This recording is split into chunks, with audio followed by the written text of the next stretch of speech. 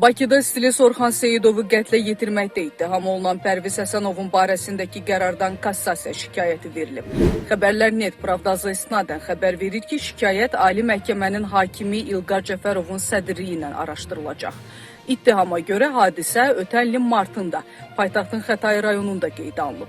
1988-ci il təvəllüdlü Orxan Seyidov şəxsi münasibətlər zəminində aralarında yaranmış münaqişə zamanı 1999-cu il təvəllüdlü Pərviz Həsənov tərəfindən çox sayda bıçaq xəsarəti yetirilərək öldürülüb.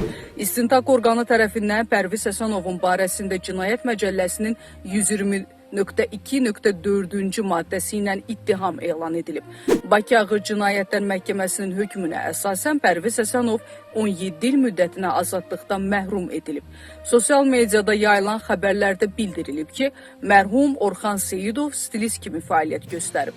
Bəzi xəbər portallarında bir zaman onun tanınmış müğənni Röya Ayxanın stilisti olması barədə xəbərlər də yayılıb.